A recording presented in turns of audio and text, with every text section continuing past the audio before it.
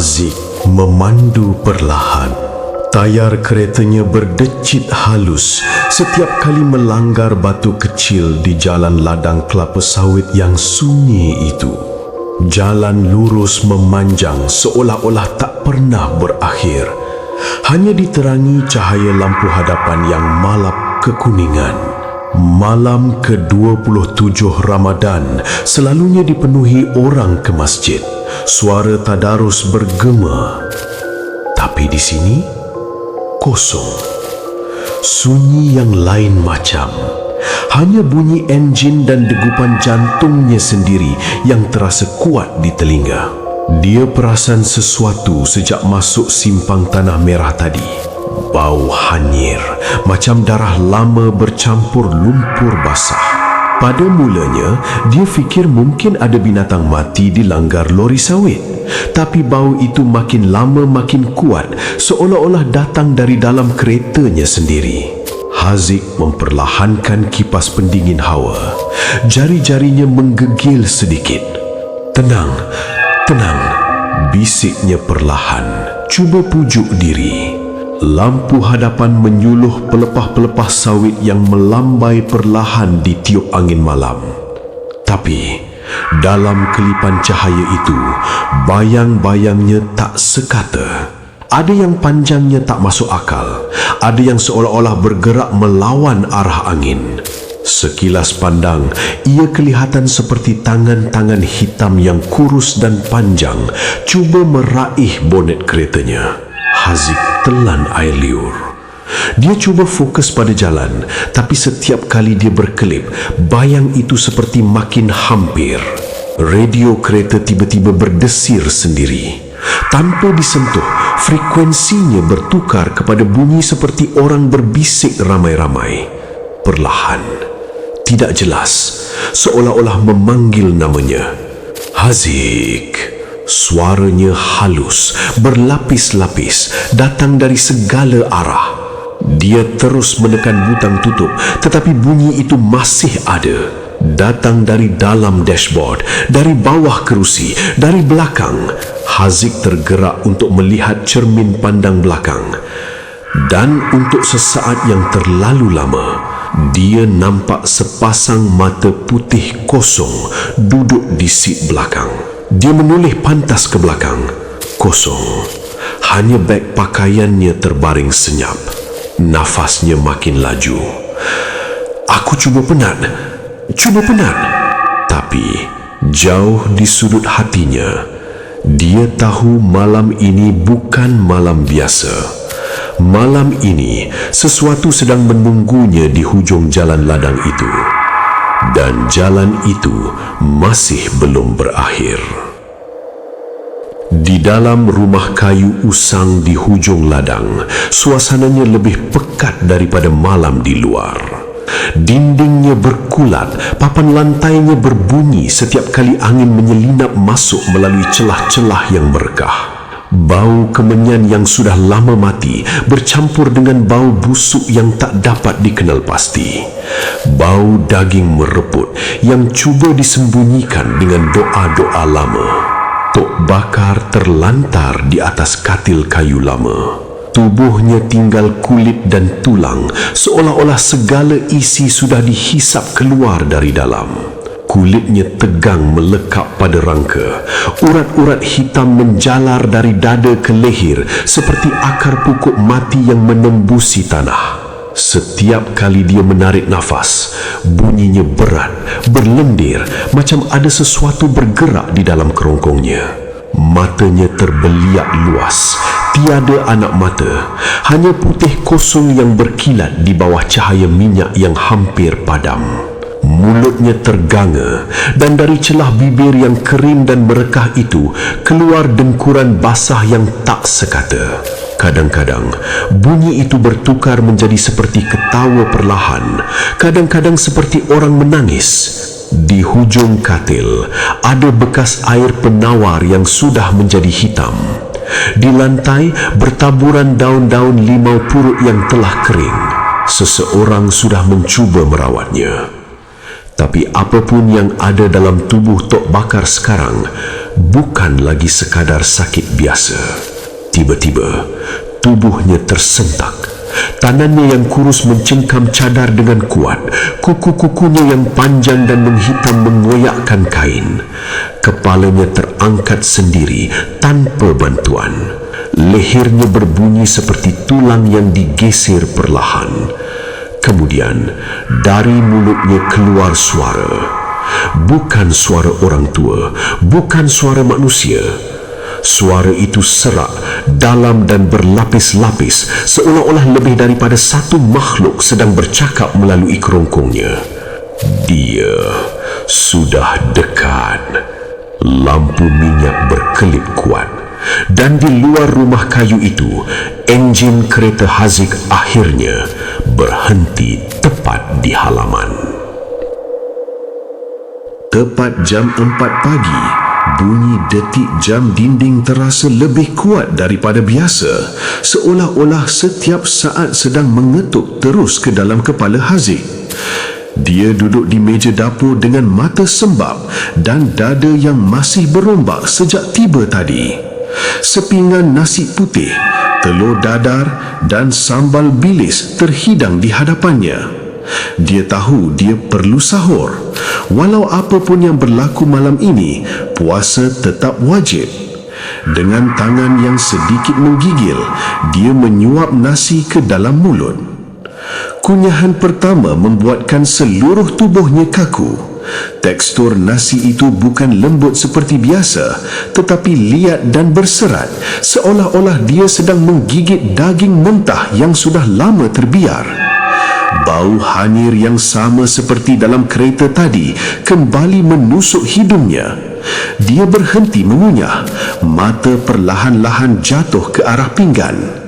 Nasi itu masih kelihatan normal, putih, berwap nipis. Namun dalam mulutnya, dia jelas terasa serat kasar dan rasa busuk yang melekat di lidah. Dia cuba menelan juga, tapi tekaknya perit seperti dicakar sesuatu dari dalam. Belum sempat dia berfikir panjang, azan subuh berkumandang. Namun laungannya tidak seperti biasa. Suara itu terlalu melengking, serak dan panjang, seolah-olah ditarik keluar dari paru-paru yang dipenuhi nanah. Setiap kali lafaz dilaungkan, kedengaran bunyi retakan tulang yang patah, jelas dan hampir bergema di seluruh dapur yang malap itu.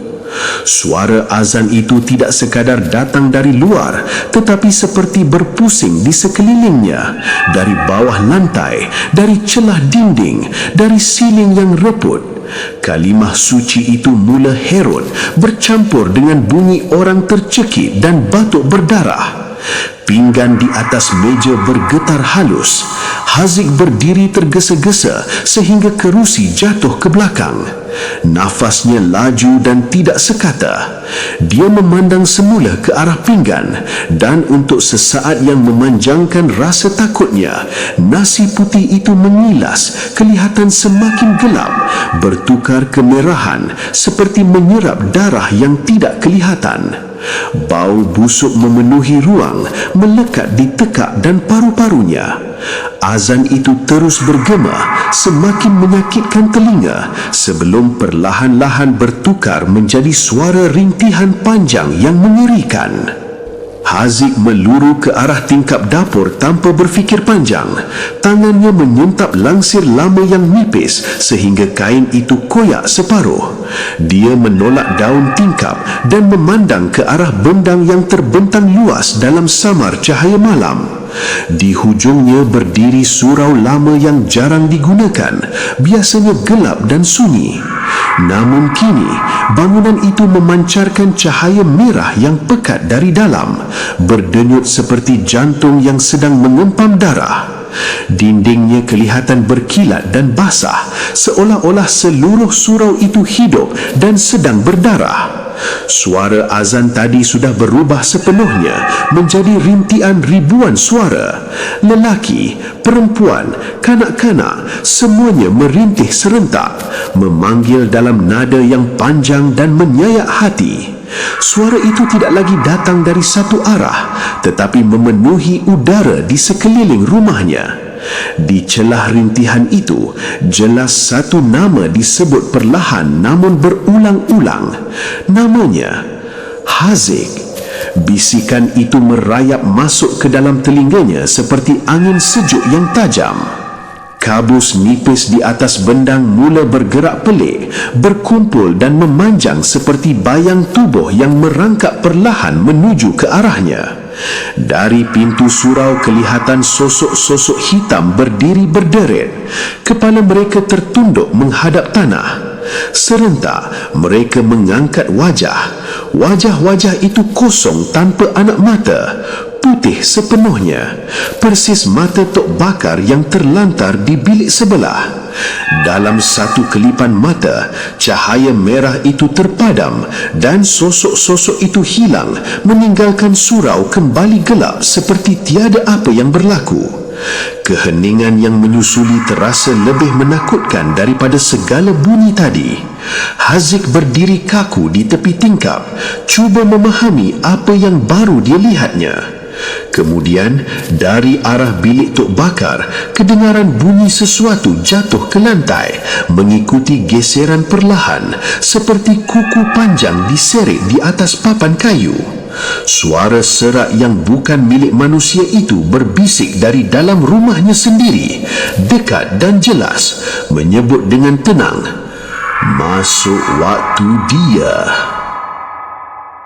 Kabus di halaman rumah makin menebal.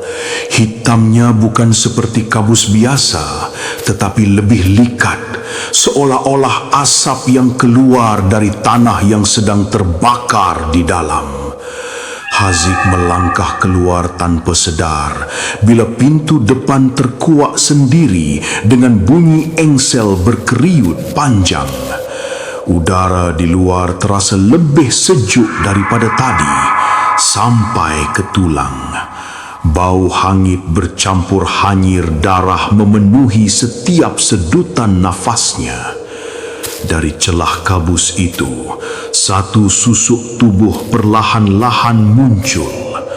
Sira. Nama itu terlintas dalam kepalanya, walaupun tiada siapa menyebutnya. Tubuh makhluk itu terlalu tinggi, hampir mencecah bumbung rumah kayu yang rendah. Jubah putihnya panjang menyentuh tanah, tetapi kain itu tidak lagi benar-benar putih. Ia lencun dengan cecair hitam pekat yang menitis tanpa henti, meleleh seperti minyak panas. Setiap titisan yang jatuh ke rumput mengeluarkan asap halus, dan rumput di situ terus hangus menjadi hitam. Langkahnya perlahan, tiada bunyi tapak kaki.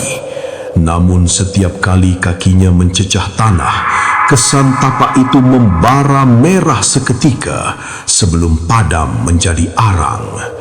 Kepalanya tidak tegak seperti manusia biasa. Ia tergantung ke sisi, hanya disokong oleh urat leher yang halus dan memanjang. Setiap kali makhluk itu melangkah, kepalanya itu berayun perlahan, seakan-akan hampir tercabut sepenuhnya. Wajahnya tidak jelas pada mulanya, terlindung bayang jubah dan kabus yang bergerak perlahan mengelilinginya.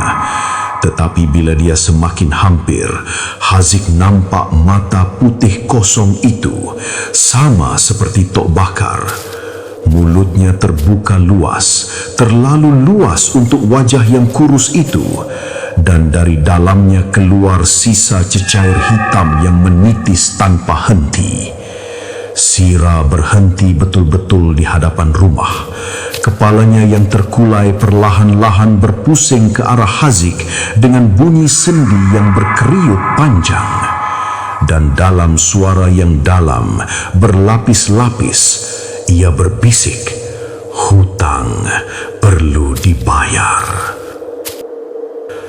Belum sempat Haziq bergerak, sesuatu mencengkam lehernya dari belakang. Cengkaman itu kuat, terlalu kuat untuk seorang lelaki tua yang sedang nazak.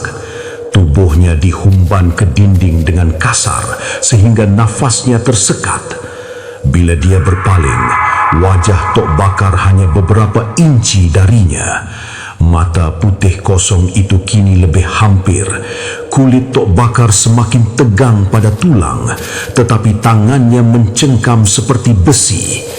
Urat-urat hitam di lehernya berdenyut liar, bergerak-gerak di bawah kulit seperti cacing hidup.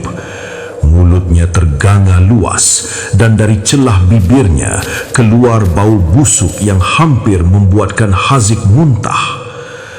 Dia datang untuk mengambil apa yang aku pinjam, Haziq. Jerit Tok Bakar, suaranya bercampur dengan suara lain yang lebih dalam dan garau. Tiba-tiba, dari setiap liang roma Tok Bakar, darah hitam memancut keluar perlahan-lahan, menitis ke lantai kayu. Darah itu tidak cair seperti biasa, tetapi pekat dan berasap, meninggalkan kesan hangus di papan lantai. Cengkamannya makin kuat, kuku-kukunya yang panjang menekan kulit leher Haziq sehingga hampir menembus. Jangan biarkan dia menghabiskan azan itu. Suaranya berubah menjadi bisikan yang tercekik, namun masih syarat amaran. Kalau azan itu habis, pintu neraka takkan tertutup untuk kita semua. Di luar, suara azan yang terhirut tadi kembali bergema, kini lebih perlahan tetapi lebih dekat, seperti dilaungkan tepat di telinga mereka. Sira mula melangkah naik ke anak tangga rumah. Setiap langkahnya membuat kayu berderit dan menghitam. Cengkaman Tok Bakar tiba-tiba longgar sedikit, namun matanya masih merenung tepat ke arah Haziq dengan ketakutan yang sebenar. Bukan untuk dirinya, tetapi untuk sesuatu yang jauh lebih besar. Dan di ambang pintu, bayang tinggi Sira sudah memenuhi seluruh ruang, menutup cahaya malam sepenuhnya. Entah dari mana datangnya kekuatan itu, Haziq menolak Tok Bakar sehingga terlepas dari cengkaman dan terus berlari keluar rumah tanpa menoleh lagi. Nafasnya tercungap-cungap, dada terasa perit seperti dicucuk jarum halus. Dia tahu kalau dia terus berdiri di situ, dia akan mati atau lebih teruk, jadi sesuatu yang bukan lagi manusia. Surau di hujung bendang menjadi satu-satunya arah yang terlintas di fikirannya. Dia berlari meredah tanah lembap, kaki tersandung akar dan rumput tinggi. Tiba-tiba langit yang gelap itu berbunyi seperti kepakan sayap yang panik. Sekelip mata, bangkai-bangkai burung gagak jatuh dari udara, menghentam tanah di sekelilingnya. Tubuh-tubuh hitam itu bergelimpangan dengan perut yang terburai, darah pekat mengalir membasahi lumpur. Ada yang jatuh betul-betul di hadapannya sehingga isi perutnya terpercik ke kaki Haziq. Bau busuknya menyengat bercampur dengan bau belerang yang makin lama makin kuat, membuatkan udara terasa nipis dan berat. Suara azan yang terherut itu semakin jelas, semakin kuat, seperti dilaungkan betul-betul di atas kepalanya. Setiap lafaznya menggetarkan saraf Haziq, membuatkan pandangannya berpinar. Bunyi retakan tulang kembali mengiringi setiap kalimah, lebih dekat dan lebih menyakitkan. Dia terasa hangat mengalir di tepi telinganya. Bila tangannya menyentuh cuping telinga, jarinya basah dengan darah. Namun dia tidak berhenti. Kakinya terus memaksa diri bergerak, walaupun setiap langkah terasa seperti berlari dalam mimpi yang berat dan perlahan. Surau itu semakin hampir. Cahaya merah yang tadi padam kini kembali menyala samar-samar, berdenyut seperti luka yang belum sembuh. Haziq mengerah sisa tenaga, menjerit tanpa suara di dalam hati dan terus meluru ke arah pintu kayu yang tertutup rapat itu. Dengan satu hentakan kuat, Haziq merempuh pintu surau sehingga kayunya terkuak dan terhumban ke dinding. Bunyi dentuman itu tenggelam dalam gema azan yang masih berkumandang. Sebaik sahaja dia melangkah masuk, tubuhnya terasa seperti dipijak oleh sesuatu yang lembut. Dia menunduk. Lantai surau itu dipenuhi kain kafan putih yang tergantung dari siling, berayun-ayun perlahan walaupun tiada angin. Setiap satu seolah-olah membungkus tubuh manusia di dalamnya. Bentuk kepala, bahu dan kaki jelas kelihatan, dan kain itu bergerak-gerak halus seperti ada sesuatu yang masih bernafas di dalamnya. Ruang solat yang dulu sederhana kini terasa sempit dan menyesakkan. Bau kapur barus bercampur hanyir darah menusuk hidungnya. Di setiap sudut, kain kafan itu bergesel sesama sendiri, mengeluarkan bunyi seperti bisikan ramai orang yang bercakap perlahan. Haziq melangkah perlahan ke tengah ruang, jantungnya berdegup tak terkawal. Di hadapan, di atas mimbar kayu, berdiri Sira. Makhluk itu membelakangi Haziq. Jubah putihnya terhampar panjang di anak tangga mimbar, masih menitis cecair hitam yang mengalir ke lantai seperti bayang cair. Tangannya yang hanya tinggal tulang memegang mikrofon lama yang berkarat. Setiap kali ia melaungkan azan dengan suara yang melengking dan retak, seluruh bangunan surau bergegar hebat. Dinding bergetar, siling berderit, dan kain-kain kafan itu bergoyang semakin kuat seperti tubuh-tubuh di dalamnya sedang meronta. Allahu Akbar. Laungnya lagi, lebih panjang dan lebih dalam. Setiap lafaz terasa seperti mencari udara. Haziq dapat rasakan getarannya menembusi dada, mengguncang jantungnya dari dalam. Lantai kayu di bawah kakinya mula retak halus. Dari celah-celah rekahan itu, cahaya merah pekat menyelinap keluar, menyimbah ruang solat dengan sinar yang menyakitkan mata. Sira perlahan-lahan berhenti melaung. Kepalanya yang terkulai itu berpusing separuh ke belakang tanpa tubuhnya bergerak, dan dalam cahaya merah yang berdenyut itu, mata putih kosong makhluk itu tepat memandang Haziq. Sira akhirnya memusingkan seluruh badannya menghadap Haziq. Pergerakan itu perlahan, tetapi setiap sendinya berbunyi seperti kayu rebut yang dipatahkan satu demi satu.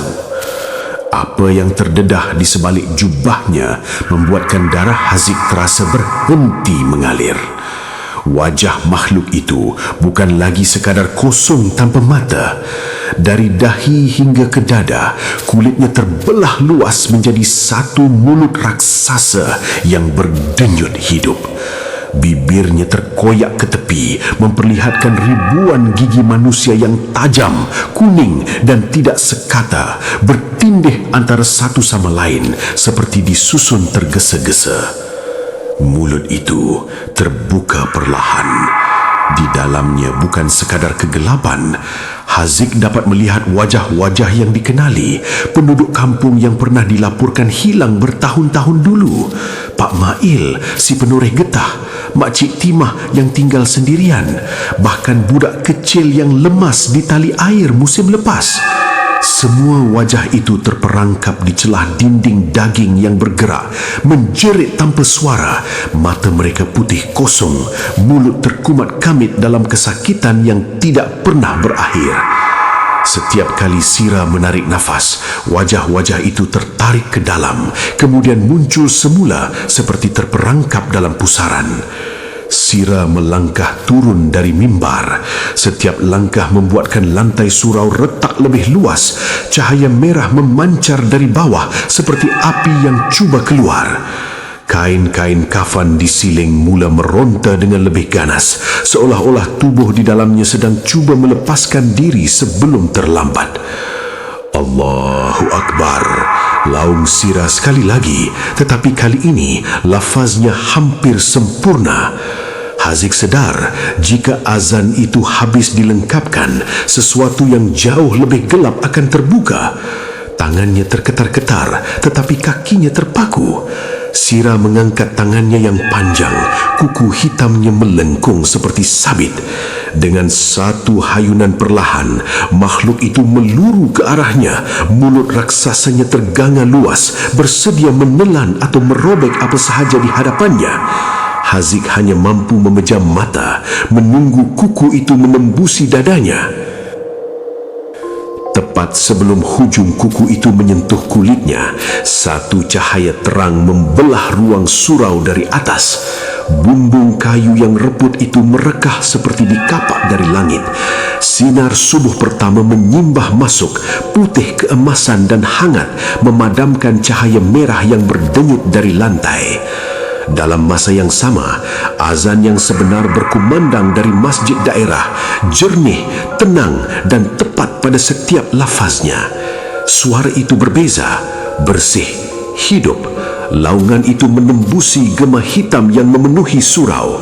Azan palsu Sira terhenti serta-merta, bertukar menjadi ceritan yang memekakkan telinga. Kulit makhluk itu mula merekah, mengelupas seperti kayu terbakar. Cecair hitam yang menitis dari jubahnya berdidih dan berasap. Mulut raksasa di dadanya menjerit bersama-sama ribuan wajah yang terperangkap di dalamnya. Sebelum